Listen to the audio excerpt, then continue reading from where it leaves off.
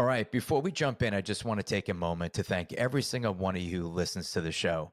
You show up every week, you share the show, you send me DMs, and I don't take any of it lightly. Thank you. Wishing all of you a happy Thanksgiving and a great holiday season. Interesting stat, 2018 survey, 85% of small business owners said they are living the American dream. And happiness that they feel, the sense of fulfillment that they feel, that they can provide, that they built something that they own, that's theirs. There's something unique about business ownership. Welcome to episode 9 of The Pursuit of Profit. Today, we are discussing the attitude of gratitude. We're talking about mindset. And we just want to say that we are truly grateful for our guests. And we're very grateful for our audience. We wish you a happy, healthy holiday, and hope you have a good listen.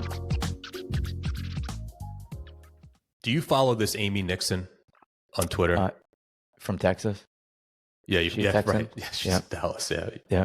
So you're familiar with her. So I think she's great. She started this account, I guess it was after COVID, started talking about real estate, and came up with this whole concept of the Airbnb bust, right? And she's all about how, the Fed printing money for so many years and keeping rates artificially suppressed for so long, and the damage that it's done to the housing market. So I think she's good. She's become very popular. She's built quite the following. She's on Charles Payne has her on Fox Business all the time now. Oh, really? So, yeah, this started from a Twitter account. Pretty cool. So I think she's just sharp, really witty. I just think she's a Boston qualifier. She's a big runner. I don't know. I kind of dig her. So she tweets this thing the other day.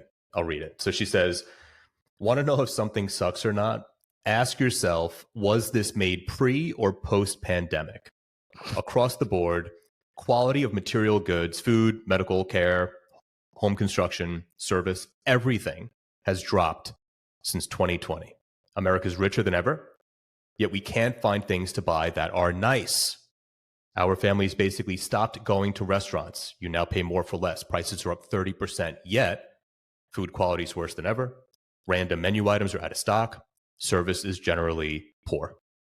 She talks about buying old vintage clothing that's just higher quality, made with better materials. Flying on a plane, expect to pay more for your ticket and your flight to be delayed 4 times or canceled. Going to the doctor, expect to pay a higher copay, to be rushed out the door so the next patient can be squeezed in. Need a therapist? Anyone decent's closed their practice, and anyone new with an online certification, you may as well open the DSM-5 and diagnose yourself. Need any type of insurance? You'll pay more for less coverage. It's hard to come up with anything where the quality has improved since the pandemic. Wow. So am I supposed to take the counter to that? Because my head is nodding in agreement. So there's a lot of doomers out there, right? And she's kind of doomy with real estate. So it's like, all right, doom sells, right? The guys who write the headlines that the market's going to crash, they always get the front page. Is this real? So I start thinking about my own experiences, right? So anecdotally, I was traveling last week. Every flight I took was delayed. Every flight was delayed. The food in the airport from Florida to New York. It's not like a European flight. You went from Florida to New York. These are easy It's flights. not that big of a deal. The weather was fine. Right. Right. Exactly. It's like we just can't figure out how to get this right. Exactly. The food in the airport's super expensive. I go to the lounge. I mean, we're complaining. These are like first world problems, but I go to the lounge. The food is horrible in the lounge. I didn't want to eat the food. Now I'm starving. The people on the plane are nuts, right? Everyone's sick and coughing. Like now I feel like I have a cold. Like it's like, you see these videos. I saw a video this week of a woman urinating in the aisle. Yeah. Right. So like everyone's insane. It's true. I won't. I rarely see a doctor that's not a specialist anymore, right? Because I just feel like they don't care. They talk with you for 5 minutes and then they rush you out the door. Everyone that I see is basically private pay. if you're going to get anyone to like pay any close attention. True story. I kid you not. I went to Five Guys the other day to treat myself. Wow. Okay. Can't believe it. I got dirty. Right. Wow. It's rare. This is a treat.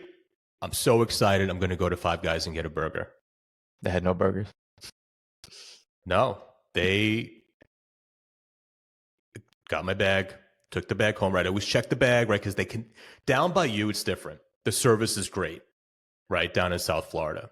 You have a discerning customer base down there, right? So it's like if you mess up, they're going to put you out of business. I'm a few hours north now. I literally take my bag home, right? Everything is in there. Great. I open up the burger. There's no burger on the bun. I know it. They gave me a burger. You told me they were out of stock. You got to be kidding me. They gave me a burger without the burger. With what on it? Lettuce? What all was the in it? All the fixings are there. The fixings. There's no burger. You got to be kidding I had to me. go back. Like how everything, it's true. Everything kind of sucks. Yeah. Right. So now so like you, now I'm like, okay, how do we put a positive, like what's going well? Right. Well, we have deflation, right? So CPI is coming in. CPI now is what, 3.2%. Okay. Yeah. Here's the problem. Inflation is much higher in many basic necessities. Car insurance inflation, 19%. Car repair inflation, 9.6%. Transportation, 9%. Rent, 7%. Homeowner inflation, 6.8%. Food away from home, 5.4%. So while headline inflation is down from the highs, the basic necessities are seeing 5% plus inflation. Affordability continues to get worse. So that's not going well. All right. What about the housing market? Right? Rates are going higher. Prices must be coming down. Not even close. Affordability is at its worst. The qualifying income for a medium-priced house in 2020 was $49,000.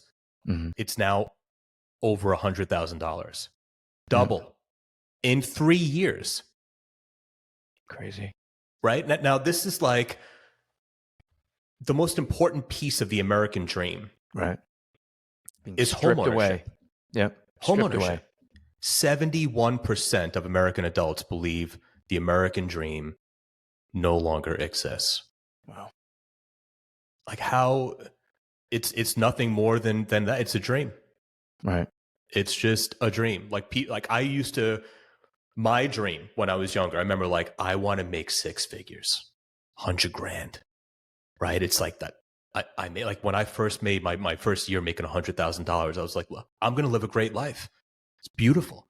A kid graduating from college today, making $80,000, $90,000, $100,000 is still living in parents' basement. Parents. Yeah. They're not even close.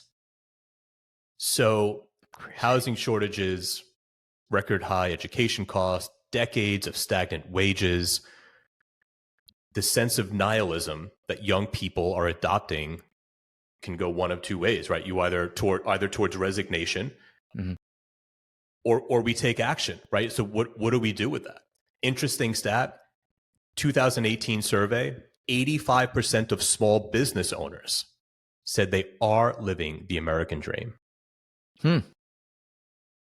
Small business optimism. Interesting. Small business. So you have consumer confidence eroding, but that's weird. But you have small business owners that are overwhelmingly positive. There's something unique about business ownership and happiness that they feel, the sense of fulfillment that they feel, that they can provide, that they built something that they own, that's theirs.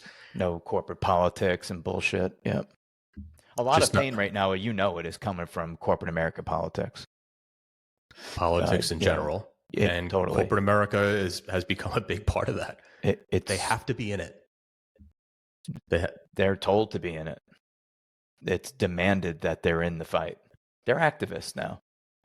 They're activists. So true. And it never ends well. Like you think they learn, it never ends well. Just look at Disney. Look at. I mean, Target actually rallied recently, but they changed course. Disney hasn't changed course yet, and the stock is at an all-time low. It's just brutal. It's been kicked in the gut and punched in the face, and it's sitting on the bottom. and I don't see it improving. Yeah. Iger, no Iger. I'm not seeing any change right now, especially with the movies that they're pushing out. It's going to be they have to change, and it's going to take some time. This was supposed to be this is a gratitude pod. Well, I think there's two things here. I think there's two things here. One is the American dream is still alive today. However, it's gotten a lot more expensive. So I'm grateful for franchising, right? I mean, like, look at what we've been able to accomplish through franchising. I'm working with more younger people today than ever before. And I think it's because they realize that they need leverage. Mm-hmm. Right. Again, the American dream has gotten more expensive. Like we just had this chat a week or two ago with Zach Butler. Mm-hmm. Like, think about what that guy, that young, what is he, 35? What he's accomplished through franchising. He started out as an employee for a franchisee, just like I did. As an employee, you're trading time for money, zero leverage. Okay. He then owned a franchise, became a franchise owner. Great. Then became a multi-unit franchise owner. So has all these people working for him, right? Scale, even more leverage. Then he became a franchisor. And now he owns what? 7, 8 brands? Like, think about that leverage, that scale. That's the American dream. Right. And that's a dream that will never be accomplished trading time for money. Right. Plus he's created generational wealth, even if the economy turned. He's got a war chest, and his grandkids and his grandkids' kids will be okay. Exactly. You think he's like worried about inflation? It's generational wealth. Everyone's fine. Everyone will be taken care of. So, he figured out how to earn with your mind, not your time. Mm-hmm. Right. So when I think about, like, the dream is still alive, franchising plays a huge role in that. The other thing that I think about is it's easy to go pretty negative with everything that's happening in the world, and staying positive and mindset is more important today probably than ever before. When I completely agree with everything that you said. And it is, I think we have to get the obvious and the current state of things out of the way. You want to hear something today? Tucker Carlson was speaking with really, really close friends, finance, and he asked them, how do they feel? And all of them were very concerned and borderline paranoid about the future. When he went to this event to speak to a group of people, he met a financial analyst behind stage. He's like, oh my God, I haven't seen this guy in years. He actually came out and his opening statement was, I didn't even hear my own intro. Dana White introed him and said, please welcome, Tucker F. and Colonel, right? He actually introduced them with profanity. And Tucker came out and he goes, I've never been introduced with profanity before. Maybe this is a good idea. He goes, I didn't even hear the intro. I met a friend behind stage and I said to him, I've been talking to a lot of very smart people and they are very concerned and borderline paranoid. He goes, is it a crazy statement to say that I am burying gold in my backyard? And the guy looked at him and said, absolutely not. He actually said this at the presentation. We are in a very weird time. He did the analogy of how comfortable politicians and people have become with lying, right? How comfortable. And it was, children lie. We lie at a very young age. He said the difference today is that if a parent said to the child, did you eat that cookie? The child would be like, no. Are you sure there were 12 cookies? I may have had one. There's 12 missing. Maybe I had 2, right? I'm lying. I'm lying. I'm going to deny that I ate these cookies. He said, today's liar, you ate the cookies. And they will convince you that you ate the cookies. And you will question yourself, holy crap, did I eat those cookies? That's the difference between lying today and lying yesterday. Yesterday, the lie was today, it is psychological warfare lying. And it is very easy to remain in a constant state of frustration with what's going on. Now, I know we're going to vent and we can riff and we can get it out, and then we can turn our attention like we all should. Everyone has the right to act like a fool for 5 minutes out of the day, right? Wisdom is not exceeding the time limit. So we can get our 5 minutes out, and then we can move on to how to navigate these seas. But as I said, I think it's very easy to remain in a constant state of frustration. Post-COVID has been an absolute disaster for millions of people. An absolute disaster. Anxiety, to, oh my goodness, depression. It's. I mean, people are just dropping out. People are dropping out of the job market. People are dropping out of the dating market. People just throwing their hands up. I'm not even going to try.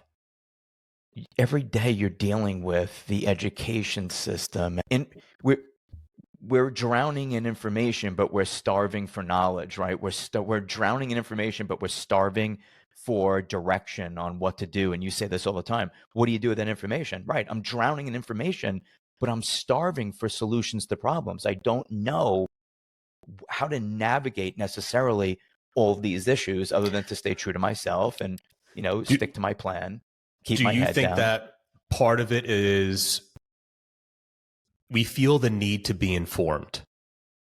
But are we really informed? And is it important to know all this? Or just turn Twitter off, keep the blinders on, and focus on what you're building. Focus on you.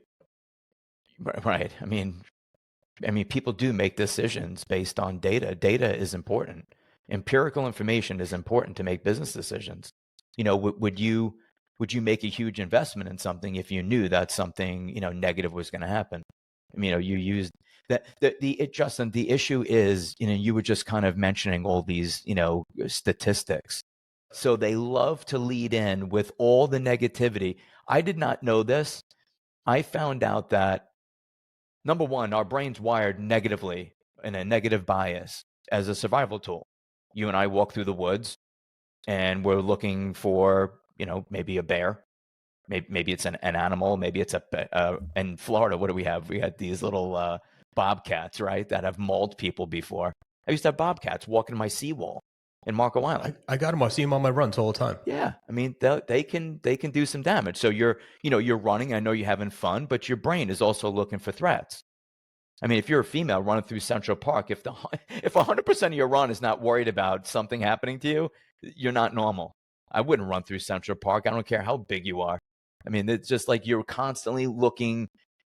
Our view of the world just has a fundamental tendency to tilt toward the negative. And when you live in a time like now where it's a lot of negativity, it's painful and it will paralyze you. There's actually, people think that this is opinion. This is actually science, right? It's neuroscience. This is actually a cool story. This is out in California. They're studying this negative bias. So they took two groups. This is so simple, but it makes the point. Group A was told, just this simply, the surgical procedure you're about to experience has a 70% chance of success. How do you feel? I feel good. That's a positive statement. The same scientists walk in the next room, Group B. Their surgical procedure you're about to experience has a 30% failure rate. It's the same statistic. It's just worded differently. It's the same outcome, right? 70% success rate has a 30% failure rate. Group B immediately went negative. This is not good. So the scientists go back in Group A and just want to remind them, you have a 70% success rate, but I want you to know you have a 30% failure rate. They instantly went negative. Instantly. But here's the best part. This is the bias. When Group B, the negative group, was told, by the way, you have a 70% success rate, I'm already negative and I'm staying negative. That doesn't change my opinion at all. Group B stayed that way. That is very interesting. You know what, Justin? That is the psychological phenomenon of you cannot make up a first impression. It's done. Think about that. That is why we're told our whole life, you have one shot at that first impression. If you are viewed as a dick at intro, you are going to have a very difficult time overcoming that. I don't I care know, what you right. do. I know everything I need to know based on how you treated that person at the table, the approach that you made. Yeah, exactly. How you treat your server. Exactly. You have Totally. one shot. You can't, there's no redo. There's no redo because we just go negative. They even proved on mainstream media, they proved that negative comments seem to have more validity than a positive comment. It's almost, think about that. That shows you the bias, right? It's like if I say something negative, they'll be viewed as having greater validity than something positive. And that's why mainstream media has come up with, if it bleeds, it leads. People want to see the train wreck. People want to watch reality TV train wrecks. I think it's just crazy. And we're living in a time where everyone's glass half empty. People want to do it, but it's not good. But it's unhealthy. It is very unhealthy. And there are little to no benefits of knowing. I want to go back to the brain for a second because I deal with this with family members.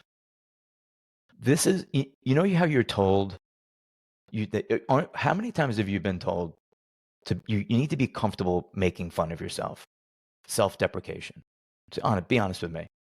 How many people have told you, or how many times have you told yourself, you need to be comfortable making fun of yourself? I make fun of myself all the time. You know that. Okay. So you make fun of yourself. So this is my thing with this. Going back to the brain, going back to the wiring, going back to that. I don't like self-deprecation. Your brain actually believes it. That, Justin, yeah. I don't like the advice.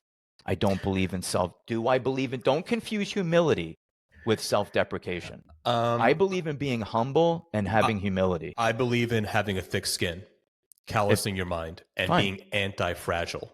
That I believe in. However, it's no different than those studies. We were talking about this the other day. Most people don't get the full story when they start exploring franchising. So they make mistakes. That costs them big. That's why my business partner, Justin Guevara, and I wrote Beyond the Brand, The Entrepreneur's Guide to Fearless Franchising. It is our proven 6-step process at Phrenosity to help you find the right franchise, avoid costly pitfalls, and build a business that truly fits your goals. Grab your copy of Beyond the Brand on Amazon or any major book retailer and start building your future fearlessly. You have 2 different plants. One plant, every morning you walk up to the plant and say, you are the most beautiful plant in the world. Did I ever tell you that? You are gorgeous. Love you. Those flowers, the colors, look at the way you bloom. Unbelievable. What a perennial. What a perennial. The other plant, you're ugly. I hate you, right? Using curse words. You're a piece at POS, right? The plant that you say nice things to grows bigger and prettier and faster than the other plant. I love it. I believe it. It's like playing music to them. It's true. That's crazy. I'm not a fan of self-deprecation. I don't think the brain knows that you're kidding around, and I think that your brain starts to believe. I think it lowers your self-esteem. I think it lowers your self-confidence. I think it creates anxiety and depression. I think that people are constantly making fun of themselves, and they think that that's how they overcome their social issues. They become withdrawn.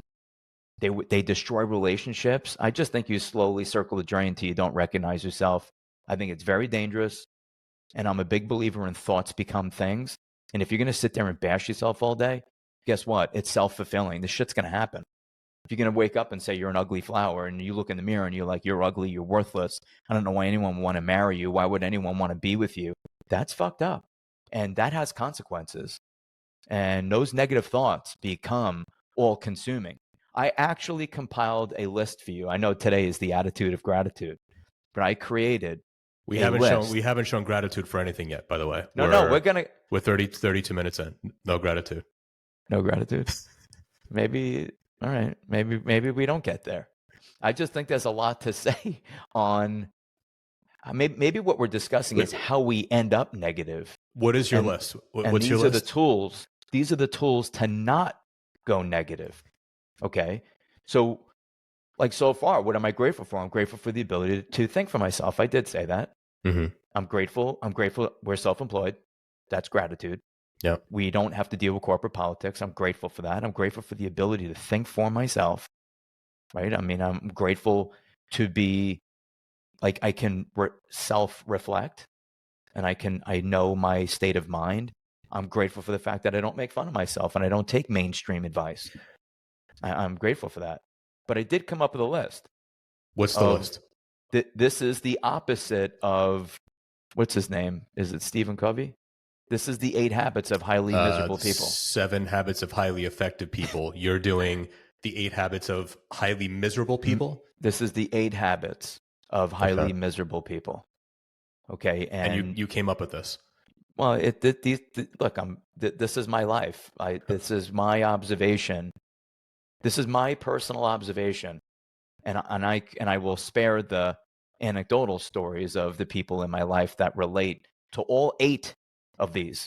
Right. You're not making these up. These are, people. No, this is my life. This Right. is my life and the people around me, and this is how I feel. Not necessarily family members, but they could fit in here. It could be just my life and the people that I have interacted with. And instead of just seeing someone and be like, man, that guy's miserable, I have concluded 8 reasons why. And here you go, with gratitude. The number 1 on my list is miserable people are never grateful for anything, ever. You can give them things, you can buy them things, you can take people on vacation, you can having meaningful impact in their life, and they will show you pretty much 0 gratitude. 0. And that is the number 1 on my list for the 8 habits of highly miserable people. Number 2, they almost all eat like shit and neglect their physical health. There is a pattern between being miserable and looking like you're miserable. And I think looking that way really affects their mind. Like, I look like shit, I feel like shit, and you are what you eat. I saw a video the other day of a morbidly obese woman who's she was driving a car. She's trying to get out of the car. And, like, they have caretakers. So the caretaker's trying to help her out. She falls out and she's on the ground. So now he's trying to help her up. She's screaming at him, berating him. Yep. And the comment on the video was, why are morbidly obese people always so unhappy and mean? Yep. How could you be happy living that way? Yep. It's truth. That's number 2. And by the way, you just said number 6 right there. They're always the victim. They are always blaming other people. Number 3 on my list, they live and glorify the past. If you ever really listen to miserable people, man, back in the day, they only smile when it's back in the day. They live in the past. There is no present for them, and there is no future. It'll never be as good as it was. The best of times are behind them, which is why they're miserable, because they look forward and they don't see anything. The good old days. Yep. I reached my peak in middle school, right? People who go back to high school, and it's like, man, remember who we were then? Nobody wants to talk about what they become or what they can become. They talk a lot about high school, or maybe it ended in college. The point is, it's always really far in the past, which were their best of times, and the future and the present is just negative to them, which is why they're miserable. Number 4, they isolate themselves and they neglect relationships. One of the things we're learning, you talked about post-COVID, we are the loneliest people on the planet. We are raising a generation of children that cannot connect to another human being. They cannot build relationships. It's killing these people. They're miserable. They're marooned in their home. They're isolated. They're not happy with themselves. Therefore, they neglect everyone around them because they're miserable. Number 5, they're afraid of loss. They never take chances. They were like, look, I'm already miserable. I can't lose more. Like, I can't handle any more. I'm at capacity. They're afraid of loss. They fear change and they avoid challenges, because if they're challenged and they fail, it only confirms that they're messed up and they lack confidence and they lack self-esteem. So they literally stand in place. They don't even run on a treadmill and go nowhere. They don't even run. And when opportunity knocks on that door behind you, they're so lazy they won't even get up to answer it, because it could be a challenge. And I'm not up for the challenge, and I'm not up for change. And I fear answering that door. Number 6, you nailed it. They blame others, and they are always the victim. It is never them, because they can't handle any more negativity. It's never them. There's a book here, by the way. Yeah, I mean, well, people, there's a book here, but I mean, if I really dug in here, I got stories on every one of these 8. And I'm not name dropping. I don't think anyone could argue with this list so far. This list is, in my opinion, very powerful, and I'm handing it to my 15-year-old son. It's like, listen, pal, I know you've been given the answers to the test on what to do. These people here, they will destroy your life if you hang around with them. You got to stay away from these 8. Number 7, this is really interesting. They procrastinate everything, and they lead a very boring life. Hey, do you want to do this? No. Hey, do you want to go? No. They don't want to do anything. They don't want to spend any money, and they don't want to go anywhere, and they don't want to learn anything new. Or they talk about all the things that they want to do without ever taking action. That's right. It's all talk. Exactly. It's talk. I always wanted to. And that procrastination goes nowhere, because they just continuously procrastinate it. And then someone like me has to say, you've been saying that for 8 years, 10 years. You've been saying that. You've done nothing. You've gone in reverse. And number 8, which is the most shocking of all of them, but it makes total sense. They are envious of other people's success. They do nothing to be successful. However, they envy others who have. It's mind-blowing to me. I love Naval. Yes. Naval talks about, when he talks about mindset, he says, if you secretly despise wealth, it will elude you, right? You will always be jealous and envious of those who have wealth. And being anti-wealth will prevent you from ever getting rich. 100%. Thoughts become things. People can sense that negativity, and they will say, they're wired to feel these things.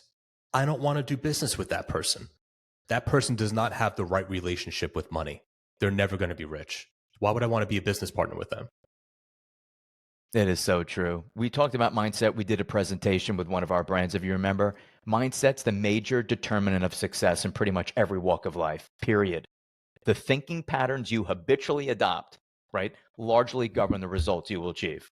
Fucking rich people, fucking rich people. What you're saying in code, I hate money, I hate money, I hate wealth. Okay, the universe says your wish is my command. No money for you. I'll give it to the people who want it. And put that vibration out there. Put that signal out there. The problem is, with the American dream being more expensive than ever, the wealth gap will continue to widen in this country. There will be the rich and there will be the poor.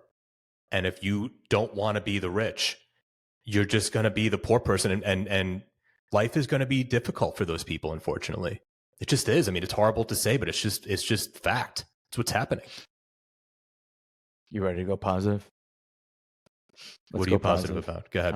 I'm ready. I'm ready. Pull me back. Pull me back. You're losing me. I'm going to take you out. Well, listen, like, as I said, I thought it was one of the best quotes I ever read. It's like, we all have the right to act like a fool for 5 minutes out of every day. Wisdom is not exceeding the time limit. So we did our 8 habits of negative people. Now, how do you avoid this vicious cycle, which begins, by the way, in the morning when you turn on social media and you immediately have a great night's sleep, wake up, beautiful cup of coffee, feel great, sun's out, live in Florida, and you go negative almost instantly just by reading two headlines in the news. So how do you avoid the vicious cycle? And the answer is gratitude. It really is. Step 1. I firmly believe in all this. Don't pick up your phone first thing in the morning. Give yourself a couple of hours. Give yourself an hour and a half to go outside and look at the sun and spend some time in nature. And practicing gratitude, there's no doubt that it is the highest vibration emotion. Gratitude. Totally. There's no better feeling. And it's science, as we said. It's neuroscience. I say that you have to Like you go to the gym. The operative words here are go to, right? You have to go to gratitude. You can't just say well, you need to say thank you on a regular basis. It doesn't work like that. Like you have to go to gratitude the same way you go to work, you go to the gym, you go on a date, you go to dinner, you go out with friends, you go to bed, you brush your teeth, you go to do it. You have to go to it multiple times a day. And you have to stop and reflect when all that negativity is creeping in. You have to stop and say, I'm not doing this. I'm not letting it do that. I'm going to gratitude. I'm going to hit the good dopamine hits, not the cheap hits because my text ping went off, or the cheap hits on social media when someone liked something I said. I want real dopamine hits. I want real serotonin hits, right? I want the good stuff, and that's gratitude. And you want to know where this kind of crazy story. You know where I got this go-to from? An 8-year-old. This is a cute story. There are 2 8-year-old twins in the back seat of my friend's car. This is all videotaped. The daughter says, I'm in love with Chase, and we're going to get married. And the mother goes, what? She says, we're in love. She's 8 years old, and we're going to get married. The twin brother is next to her, and he goes, I don't want to go to fall in love. Love is disgusting. And I'm like, of course, my immediate reaction is that doesn't sound right. He's making falling in love look like a destination. Like, I don't want to go to the mall. I don't want to go to fall in love, he says. Love is disgusting. And I'm like, he's right. You got to go there, man. It's a destination, and you got to stay there. This freaking 8-year-old kid literally reshaped my thinking. It's not something you're like, no, I'm appreciative. I have gratitude. I have the attitude of gratitude. Prove it. Like, what do you do? It's almost like prayer. I'm being honest with you. It's prayer. You have to do it multiple times a day. It's science, and it is a shortcut. It's a life hack. It really is. The attitude of gratitude is a shortcut to just better mental health, better physical health, and better social health, where you just feel better and you want to be around people, right? It's a mindset, and it is a choice.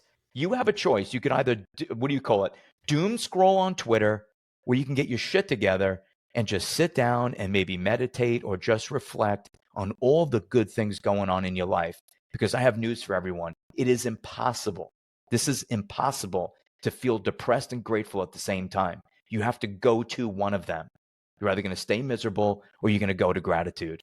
And you know this, because I think I may have gotten this from you, where focus goes, energy flows. And you got to go to gratitude and positive thinking daily if you want to get those dopamine hits, that serotonin hit, right? That even oxytocin, the love hormone, right? You got to go there. All neurotransmitters fire when you feel good, period. This is not an opinion. This is not a motivational statement. It's science. It's neuroscience. Love this shit. I do a meditation every morning where I visualize the things that I want in life, but not just the thought, actually feeling it, putting myself there, right? And then you go into the things that you don't want to remind yourself of the negativity of what you don't want, so that when those negative thoughts creep up in your mind throughout the day, you know to kind of catch them. And then you go back to thinking and feeling the things that you do want. And it's not right. It's combining that thought with the feeling and the emotion that puts yourself in this state of receivership, to be open to those things that you want to get out of life. It is important. And it's science. Like, it sounds woo woo, but it's like there are physiological changes that happen when you think and feel a certain way in your mind and in your body. It's incredible. It's true. I was reading that, Roman culture, right? Ancient philosophies. Cicero was his name. He mentioned gratitude as the mother of all human feelings. Can you imagine? Now, we used to teach this. This was something that you would be taught. There's so much to unpack here. It's back to that whole mindset and exercising your brain. I looked it up. Brain's 60% fat. I don't know if you know that. Everyone says it's a muscle and it's got to be worked. It's not a muscle at all. No, it's an organ. It's an organ, and it's 60% fat. That's why all of a sudden eggs and butter aren't bad for you all of a sudden. The bottom line is stay positive, remain optimistic. I mean, how are you going to take risks and speculate and put work into growing businesses if you're negative and depressed? You can't do it. I agree. Totally agree. All right. You want to close it out with your words of wisdom? Yeah. I mean, listen, happy Thanksgiving. I'm grateful for everything we've built. I'm grateful that we get to help other people accomplish their entrepreneurial goals and dreams through franchising. We've had a great partnership. We've done a lot over the last, 15 years? Yeah. We've had a great partnership. So I'm grateful for you and everything that we've done, and hope we have a great 2024. Same. You have a great Thanksgiving with your family.